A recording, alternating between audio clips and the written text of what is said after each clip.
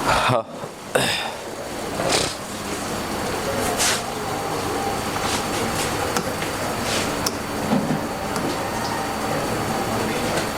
चलो हम लोग बेसिक्स वर्ड्स देख रहे थे।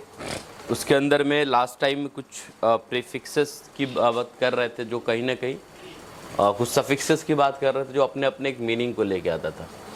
अब देखिए कुछ ऐसे सफिक्स है जिसकी जो बिगिनिंग है वो डबल आर, 2 आर से होती है। किससे? डबल आर से जो सफिक्स है उसकी शुरुआत होगी। The suffix beginning with the 2 R. हमेशा अगर हम लोग देखते हैं पार्टिकुलरली कई बार एक्सपेलिंग लिखने में हमें कन्फ्यूज़न होते हैं, जैसे हम डायरिया लिखते हैं, हेमरेजेस लिखते हैं, है ना। तो वहाँ पर क्या है कि ये 2 आर के लेकर के आता है। तो इसके अंदर में जो दोनों के वजह से दोनों के ग्रुप बनता है, यानी कि सफिक्सेस और रूट वर्ड्स मिला करके वो एक इंडिपेंडेंस मीनिंग को लेके आता है। अब जैसे रेज करके यहाँ लिखा हुआ है ना, और रेजिया लिखा हुआ है। अब रेज लिखा हुआ है या रेजिया, जैसे अब यहाँ पर जैसे हैमरेज लिखा हुआ रहेगा, तो हैमरेज में HEM है, तो वो हेम का मतलब क्या होता है? उसके मतलब होते हैं ब्लड के। और रेजिया मतलब तो लॉस की हम बात करेंगे। और रेजिया है ना। अब जैसे यहाँ पर हम लोग देखते हैं कि ब्लीडिंग स्पेशली कहीं भी हो सकता है, तो हैमरेज वर्ड एक ऐसा वर्ड है जिस इस चीज़ को बताता है कि लॉस ऑफ ब्लड, सिर्फ लॉस ऑफ ब्लड को बताता है। लेकिन यही हैमरेज ब्रेन में होता। अच्छा, हैमरेज का मतलब हम लोग सिंपल ब्रेन समझ जाते हैं। जब भी कुछ ऐसा होता है तो अच्छा हैमरेज हो गया तो क्या ब्रेन में तो नहीं होगा, बट हैमरेज कहीं भी हो सकता है। वो ब्रेन में हो सकता है, आपके बॉडीज में हो सकता है, आपके क्या कहते हैं एब्डोमेन में हो सकता है, पेल्विक्स में हो सकता है। तो पूरे बॉडी में हर जगह कहीं ना कहीं देखने को मिलेगा। ठीक है। अब उसके बाद क्या होता है कि हम एक चीज़ को देखते हैं, उसमें ब्लीडिंग्स के वजह से खैर अलग अलग वो रीज़न, उसके अलग अलग हम देखेंगे। अब यहाँ पर जो वर्ड्स जो डिस्क्राइब करता है हैमरेज के सेंस में, वो severe bleeding. Haemorrhage regia words या रेज वर्ड्स, ये दोनों से जो एंडिंग्स है, ये पढ़ने के बाद 2 अलग अलग प्रोनाउंसिएशंस आते हैं ना। एक का एंडिंग रेज से, एक है का रेजिया, है ना। तो मतलब इस दोनों के एंडिंग वर्ड्स है, डबल आर से शुरू होने वाला सफिक्स है, बट ये दोनों सुनने में भले डिफरेंट लगता हो, और दोनों के मीनिंग्स जो है वो एक ही आता है। और दोनों के जो मीनिंग आते हैं वो सीवियर ब्लीडिंग, मतलब ज़्यादा ब्लड लॉस होने के सेंस में ये आता है।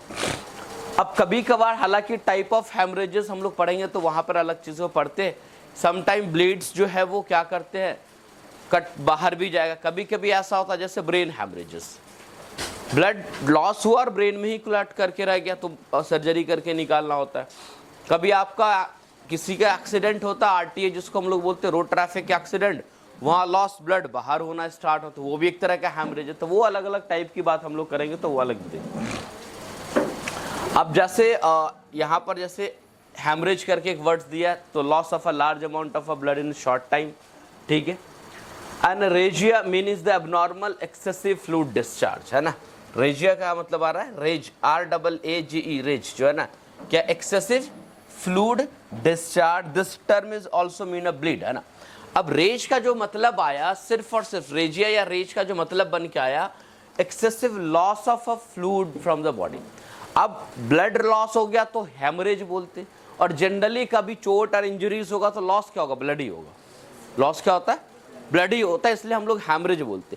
लेकिन अगर इसके अलावा भी अगर कोई बॉडी का ऐसा फ्लूइड जो एक्सेसिव लॉस हो रहा है, तो उसके साथ भी उसके टर्म में भी हम लोग क्या कहते हैं कि रेज या रेजिया लगा करके इसको एक्सप्लेन कर सकते, समझ सकते। दूसरा वर्ड यहाँ पर अगर हम लोग देखते हैं डबल आर से स्टार्ट होता है रैफी, है ना। रैफी जस्ट सिंपल ऐसा समझो, रफू करना। रफू समझते हो ना, किसी चीज को स्टिचेस लगा करके उसको पैच करना। तो बॉडी के अंदर में भी कुछ ऐसा ही है। रैफी का मतलब होता है सर्जिकल सुचरिंग। सुचरिंग का मतलब सिलाई करना, सिंपल समझ, है ना।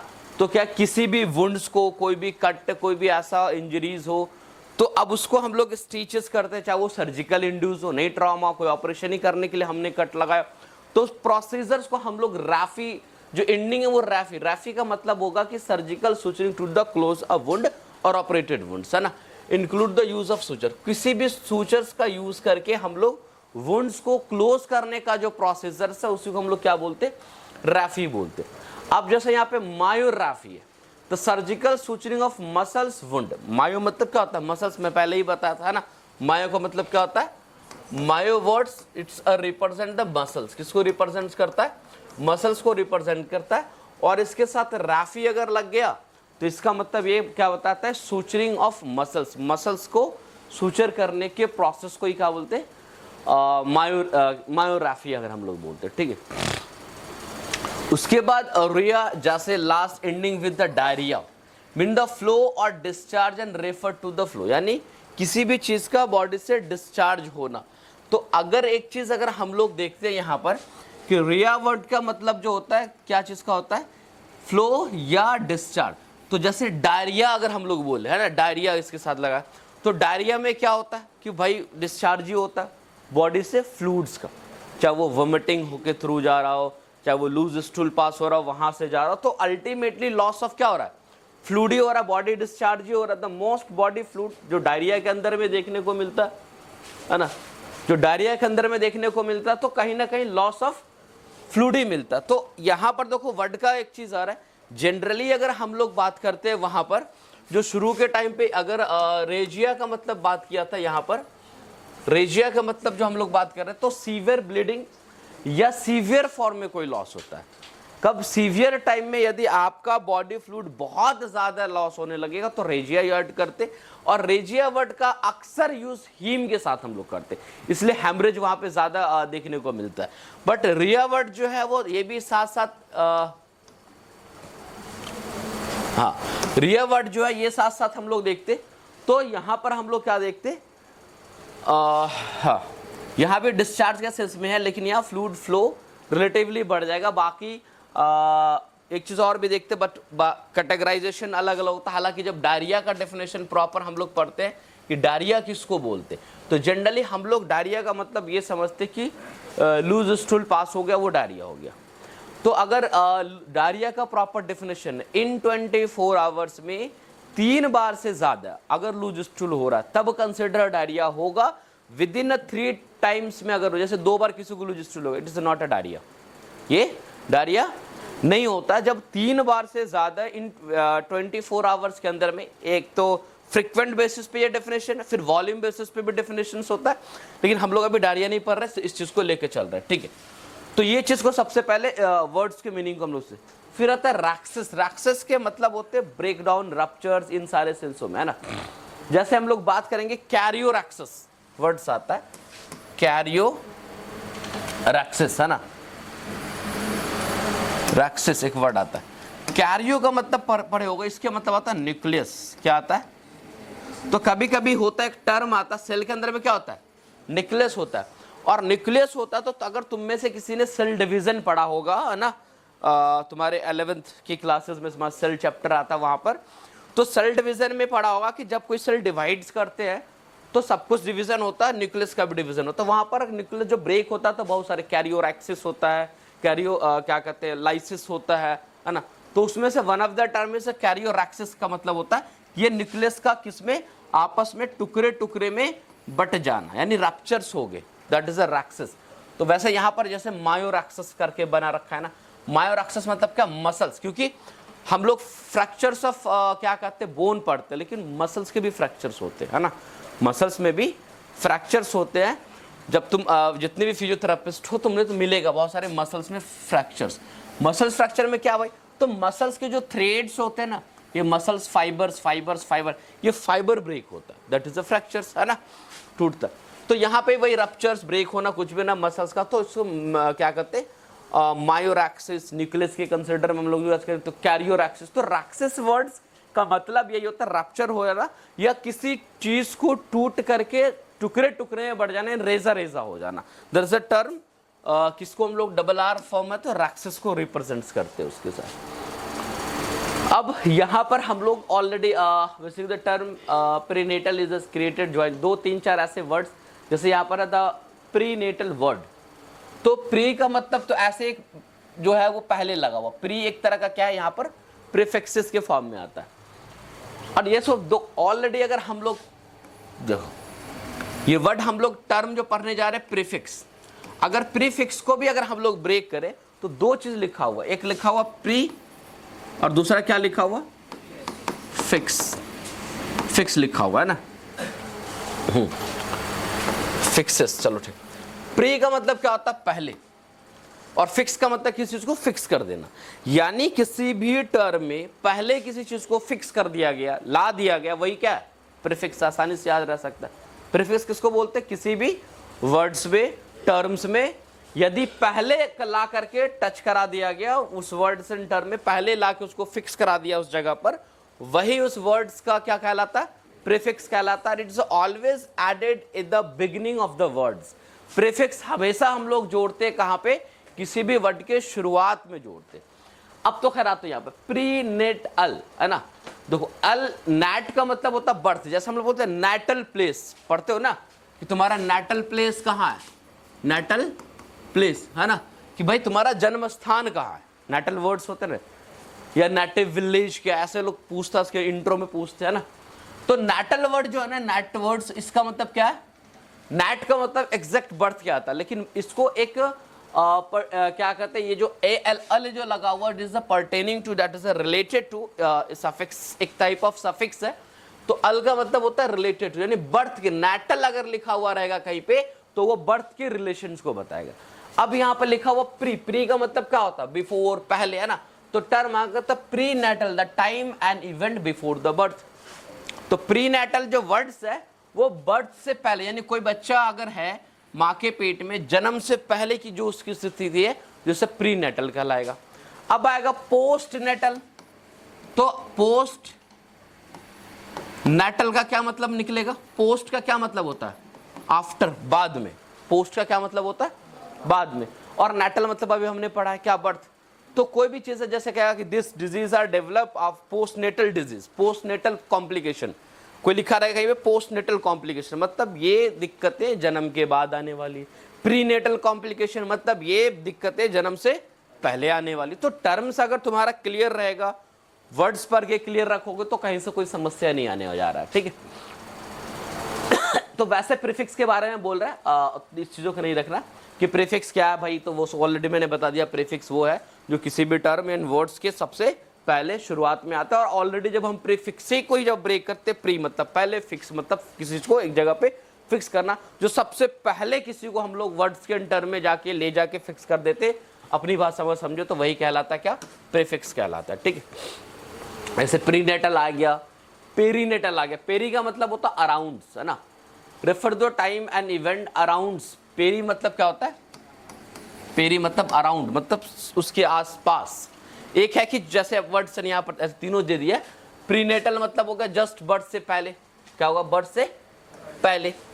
पेरीनेटल मतलब around the birth, around the birth मतलब का जस्ट कुछ डिजीजेस है, कुछ ऐसा कंडीशंस है या कोई दिक्कतें आई तो पेरीनेटल, ड्यूरिंग द पेरीनेटल मतलब बर्थ के समय। अराउंड मतलब क्या, जिस टाइम ऑलमोस्ट बर्थ हो रहा, जन्म हो रहा उस वक्त। पोस्टनेटल का क्या मतलब हुआ कि मतलब अब जन्म हो चुका है, जन्म के बाद। तो टर्म्स जो है ना आपको अगर क्लियर है तो बात। अब नेटल वर्ड अगर क्लियर, एक सिंपल समझो, नेटल अगर क्लियर है तो ये तीन वर्ड आसानी से तुम्हारे एक साथ याद होगा, प्रीनेटल, पोस्टनेटल, है ना, क्या कहते हैं, पेरीनेटल्स, है ना। तो इस तरह आपको आसानी के साथ सब कुछ याद होता हुआ चला जाएगा, ठीक है। Prefixes describing the directions, quantity, size and amount. चलो ठीक है। अब यहाँ पर कुछ ऐसे ऐसे प्रीफिक्स है या कुछ प्रीफिक्सेस होते हैं जो किसी डायरेक्शन को बताता है, कहीं कोई प्रीफिक्स क्वांटिटीज को बताता है, कहीं प्रीफिक्स किसी साइज को बताता है और अमाउंट्स को बताता है। मतलब प्रीफिक्सेस इसी तरह का कुछ है। अब यहाँ पर क्या है, अब ए बी, एब, अवे फ्रॉम, क्या कहते हैं, निगेटिव एंड एब्सेंट। तो अगर ए बी किसी वर्ड्स के शुरुआत में लगा हुआ, जैसे एक वर्ड आएगा आगे चल के एबडक्शन, एबडक्शन, एबडक्शन से एक वर्ड है। जब मैं लैंग्वेज ऑफ एनाटॉमी स्टार्ट करूंगा इसके बाद जस्ट, उसमें जैसे ये मेरा हैंड, अभी समझो ये हैंड ऐसे यहां से दूर जाना, दैट इज एबडक्शन। क्या कहलाता है, एबडक्शन।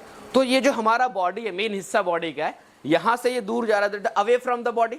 मूवमेंट क्या हो रहा है, यहां से ऐसे जब जा रहा है, this is away from the body, तो क्या एबडक्शन। तो एब लगा हुआ है तो एब का मतलब क्या होता है, देखो मैं पढ़ा रहा हूं ये सारा टर्म अभी जस्ट लैंग्वेज ऑफ एनाटॉमी जब मैं पढ़ाऊंगा तो वहां पर ये रिपीट एंड रिपीट होगा तो आपको याद आ जाएगा दोबारा।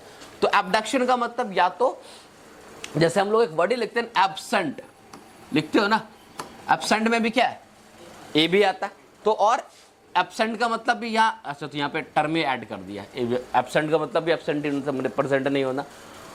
तो इस तरह से हम लोग एबडक्शन हो जाए तो एब वर्ड्स किसी के साथ अगर एडेड है एज ए प्रीफिक्स, किसके साथ एज ए प्रीफिक्स अगर एडेड हो गया तो इसका मतलब है कि वो या तो अवे फ्रॉम या एब्सेंट या कुछ नेगेटिव इस तरह से। अब बता डेक्स्ट्रो, डेक्स्ट्रो का मतलब यहां पर अब क्या होता है, राइट लिखा हुआ एक टर्म मिलेगा, बहुत अच्छा सा टर्म है डेक्स्ट्रोकार्डिया। डेक्स्ट्रोकार्डिया किसको बोलते हैं? हाँ, जनरली हम लोग, बिल्कुल सही बात है कि राइट साइड का हार्ट का राइट साइड में होना, this medical term is a dextrocardia, उसको हम लोग बोलते हैं जनरली इन टर्म। अगर हम लोग बात करते हैं हार्ट किधर होता है, किधर होता है, लेफ्ट साइड, पक्का बीच में होता है, लेफ्ट साइड की तरफ टिल होता है, बीच में होता है, लेफ्ट साइड की तरफ टिल होता है। और कोई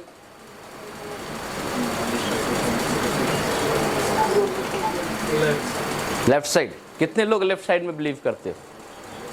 एक दो पढ़े थे लेफ्ट साइड, अच्छा चलो। और इधर नहीं कोई, बीच में होता है और लेफ्ट साइड टिल्स करता है, इसमें कितने लोग बिलीव करते हो? 1 2 3 4 5 10। इस दो के अलावा तीसरा में कोई बिलीव करते हो? हाँ देखो, जब हम लोग पढ़ेंगे इन जनरल कॉमन तो हम लोग बोलते हैं लेफ्ट साइड में हार्ट होता है, बट ऐसा मेडिकली हम लोग प्रूव नहीं कर पाएंगे जब एनाटॉमिक हिसाब से पढ़ेंगे। Heart is located in the centre of the chest and a major part 2/3 part is toward the left, और टिल्टेड तक थोड़ा सा सेटिस्फैक्शन नहीं होता, बट बेटर आंसर के अप्रोच की तरफ जा रहे थे तुम। तो पूरे हार्ट का जो साइज होगा, तो हार्ट ऐसे कर रहा है, तो मेजर पार्ट द ना 2/3 part is towards the left side and 1/3 part toward the right side. तो मतलब हार्ट न पूरी तरह से लेफ्ट में है न पूरी तरह से राइट में, तो सीधा हिस्सा बटा हुआ उसका 2/3 पार्ट, मतलब पूरे हार्ट को 3 हिस्से में डिवाइड करो, 2 हिस्सा ज्यादातर बड़ा हिस्सा जो है वो लेफ्ट साइड में है, मिड लाइन के और आवर्ड। तो खैर अभी उसकी बात होगी। तो डेक्स्ट्रोकार्डिया का मतलब तो कंप्लीट ये लेफ्ट वाला मेजर पार्ट, अच्छा मेजर पार्ट लेफ्ट में होने के वजह से हम लोग बोलचाल की भाषा में बोल देते हैं कि किधर की तरफ है, लेफ्ट की तरफ है, ये मेजर पार्ट होने की वजह से। ऐसे एनाटॉमिकली और मेडिकली पूरा का पूरा लेफ्ट में हार्ट नहीं है। तो कभी कभार किसी को क्या होता है, राइट साइड आ जाता है, बहुत सारे बच्चों में डेक्स्ट्रो, इवन दो उसके डेक्स्ट्रोकार्डिया ही नहीं होता, डेक्स्ट्रो किसी को होता तो लीवर जैसे राइट में होता है उसको लेफ्ट में हो जाएगा, इसका इधर, मिरर इमेज बन जाता है पूरा बॉडी के अंदर में, हर चीज उल्टा हो जाएगा। बहुत सारे ऐसे लोग होता है ना, तो इसलिए अब पहले बोल देते ना हार्ट राइट साइड उल्टा, हार्ट अब उल्टा नहीं, अब क्या बोल रहा है उसको, डेक्स्ट्रोकार्डिया। ठीक है, एक्स का मतलब होता आउट ऑफ, एक्स अगर कहीं लगा हुआ तो आउट ऑफ या आउटसाइड या अवे फ्रॉम, तो ये इसी सेंस में। मैक्रो मतलब होता है लार्ज। यहाँ पे देखो 2 टर्म आएगा, मैक्रो के लेकर के 2-3 वर्ड आता है, बड़ा कंफ्यूजन होता है। एक वर्ड है मैक्रो, एक आएगा माइक्रो, इस दोनों में कोई फर्क है? क्या फर्क है? हाँ, 1 नंबर 2 नंबर बोलो, 1 नंबर में 2 नंबर में क्या फर्क है? अरे स्पेलिंग का फर्क नहीं पूछ रहे हो, तो सबको दिख रहा है, एक में ए लगा हुआ है, एक में आई लगा हुआ है ना। एक मैक्रो है, इसका मतलब लिखने के लिए तो लार्ज एंड बिग्स लिखते, और इसको स्मॉल है ना, लेकिन कितना लार्ज कितना है स्मॉल? मैक्रो जो है, माइक्रो जो है इतना छोटा, they are not visible to naked eyes. Micro मतलब इतना छोटा, they are not visible to naked eye, visualise with the help of aided eye like a microscope, है ना। वो तभी देख पाएंगे जब एडिशनल आई को हम लोग ऐड करेंगे, तो माइक्रोस्कोप इज एडिशनल आईज, है ना। जब कोई एडेड आईज अगर यूज हो रहा है, चाहे वो माइक्रोस्कोप हो चाहे वो लेरेंजोस्कोप, मतलब लेरेंजोस्कोप नहीं, जस्ट लाइक कोई माइक्रो चीज को देखने के लिए हम लोग, तो तब जा करके हम लोग उसको कह सकते हैं this is a micro word. Macro relatively large, relatively large. एक और वर्ड आता है मैक्रो से भी ऊपर आता है मेगा, इससे पहले हम पढ़ा है, वो बहुत बड़ा जब सब कुछ होगा। तो मैक्रो है, लार्ज है, relatively larger than the micro but lesser than the mega words. Mega मतलब बहुत बड़ा, कुछ मेगा वर्ड्स के मतलब होता है रिलेटिवली बड़ा। मैक्रो मतलब हाँ बड़ा है, इतना है कि वो नेकेड आई से क्या हो सकता है, दिख सकता है। और मेगा तो बहुत बड़ा होता है, मतलब कि नेकेड से ये भी दिखेगा, सब एक दूसरे से कॉम्परेटिवली साइज का फर्क हो रहा है और कुछ नहीं। तो माइक्रो वर्ड है, मैक्रो वर्ड है, मैक्रो मतलब लार्ज होता है, मैक्रो का मतलब एबनॉर्मल भी होता है, साइज और रॉन्ग कुछ भी। जैसे यहाँ पे mega, large and great, great और बड़ा के सेंस में हम लोग वो यूज करते हैं, तो मेगा वर्ड्स आ गया है ना। प्री तो बिफोर हो ही गया है ना। एड ऐसे ही आता है टुवर्ड्स, जैसे एबडक्शन हुआ तो उसी के क्या कहते हैं एडक्शन हो जाता है, एडक्शन। अब मैं तुम्हें अभी एबडक्शन में बताया कि हाथ ऐसे गया, और एडक्शन होगा तो हाथ किसको वोमिटिंग हो रहा है, बाहर ले जाओ भाई उसको, बाहर ले जाओ, उधर हवा में ले जाओ, जाओ पानी वुनी पी के आओ बाबू।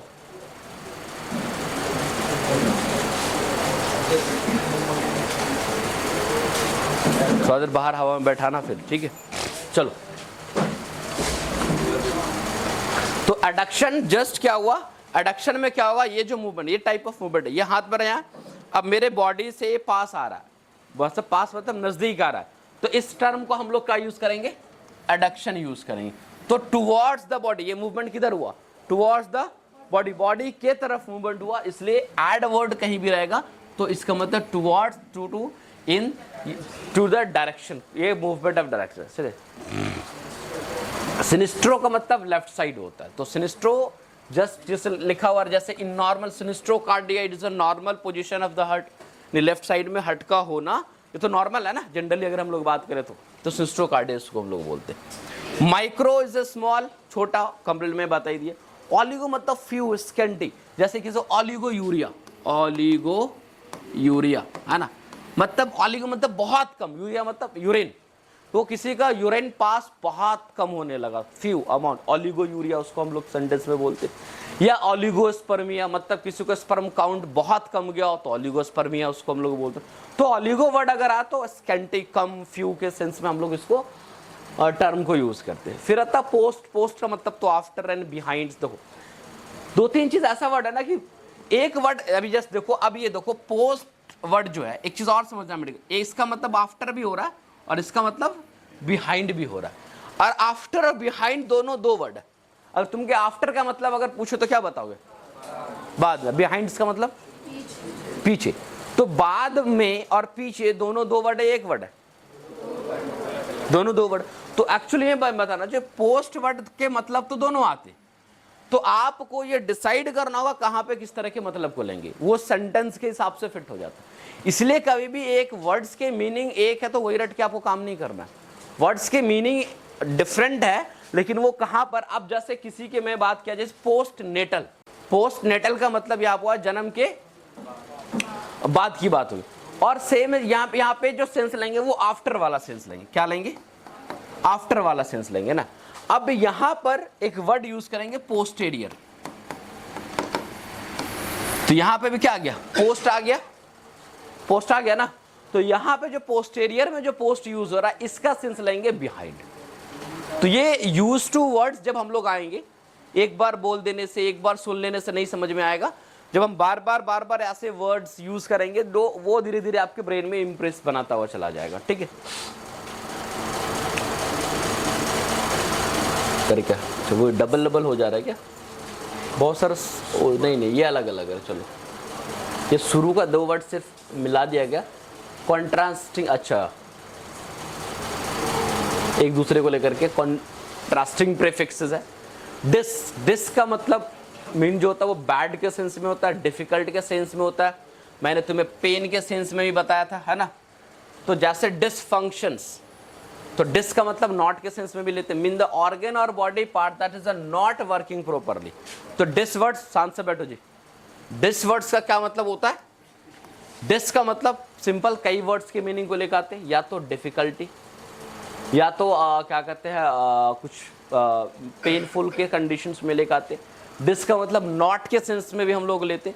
तो किसी टाइम पे अगर डिस लगा हुआ है तो इसका मतलब है कि वो कोई ना। अब ये फंक्शनल की बात हो रही है, फंक्शन में तो कोई काम का होना, और डिसफंक्शन लिखा हो तो किसी काम का नहीं होना, सिंपल है, the not function. You means a good, normal, well और इजी, जस्ट अपोजिट है यू, है ना। तो यूपनिया मतलब मीनिंग इजी और नॉर्मल ब्रीदिंग। अब जैसे ये वर्ड है ना, ईयू लगा हुआ, ईयूपनिया, ऐसे पढ़ने को मिलेगा एपनिया। ये वर्ड जो है ना PNEA, पिया, ये जो PNEA, पीनिया का मतलब है यहाँ पर बेसिकली इसके ब्रीदिंग के सेंस में आता है। किसके सेंस में? पीनिया मतलब आता है ब्रीदिंग के सेंस में।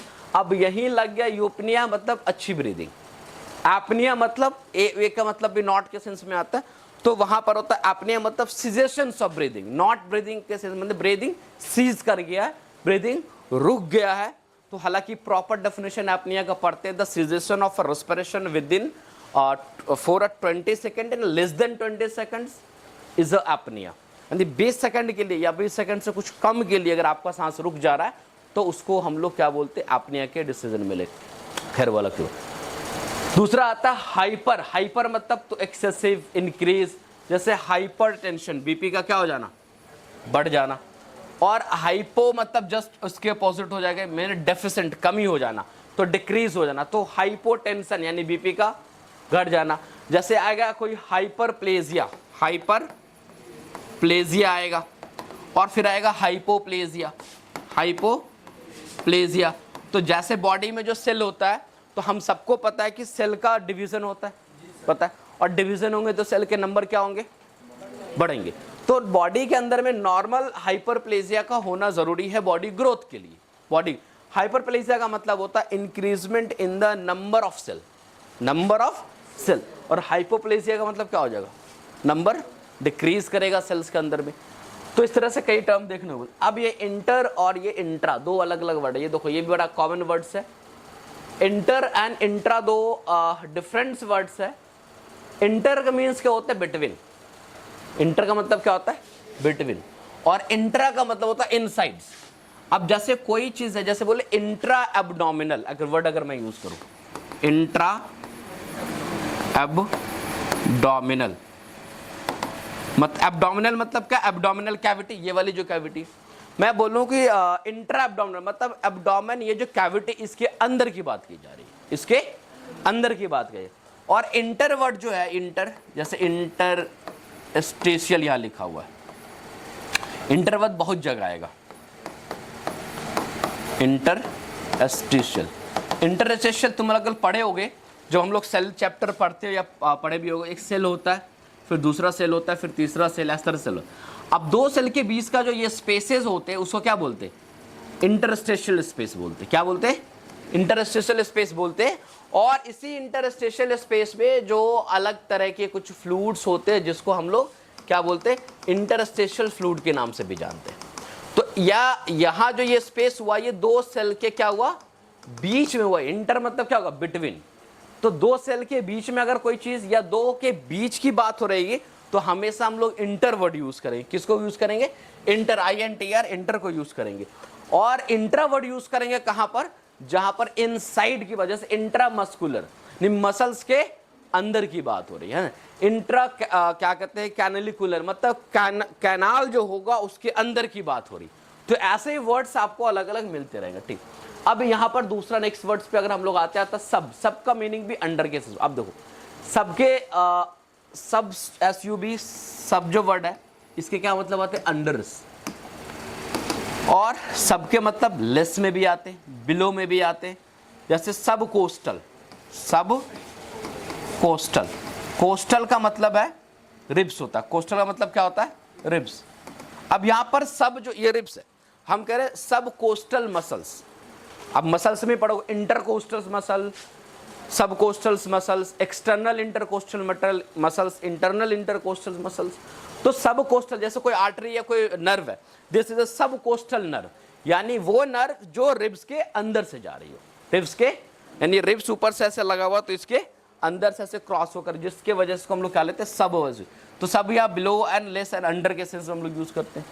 सुपर एंड सुप्रा, ये एवव एंड ऊपर के सेंस में यूज है, मीनिंग एवव और एक्सेसिव। सुपर का मतलब या सुप्रा वर्ड्स कहीं भी मिलेगा, जैसे सुप्रा कोस्टल जस्ट अपोजिट आ गया, meaning एवव and outside the rib. अब मैं अभी बोला कि ये रिब्स था, रिब्स के अंदर से कोई चीजें गई, अब कोई रिब्स के ऊपर से चीज जाएगी, तो ऊपर से जब जाएगी तो सुप्रा कोस्टल्स हो जाएगा, और अंदर से गई तो क्या कहते हैं इसके अंदर में सब कोस्टल के सेंस में हम लोग उसको यूज करते हैं, ठीक है। तो ये यहाँ तक हम इसको रहने देते हैं। अभी कुछ जो आगे का जो कुछ प्रीफिक्सेस है, थोड़ा सा कंफ्यूजिंग प्रीफिक्सेस है कि हमेशा एक जैसा लगना, फिर थोड़ा सा डिफरेंट मीनिंग्स को देना, तो ये हम लोग देखते हैं नेक्स्ट क्लास में, आगे कंटिन्यू करेंगे। यहाँ तक कोई डाउट, कोई समस्या, कोई क्वेश्चन है तो बताओ। यहाँ तक कोई क्वेश्चन? कुछ नहीं, चलो रहने दो।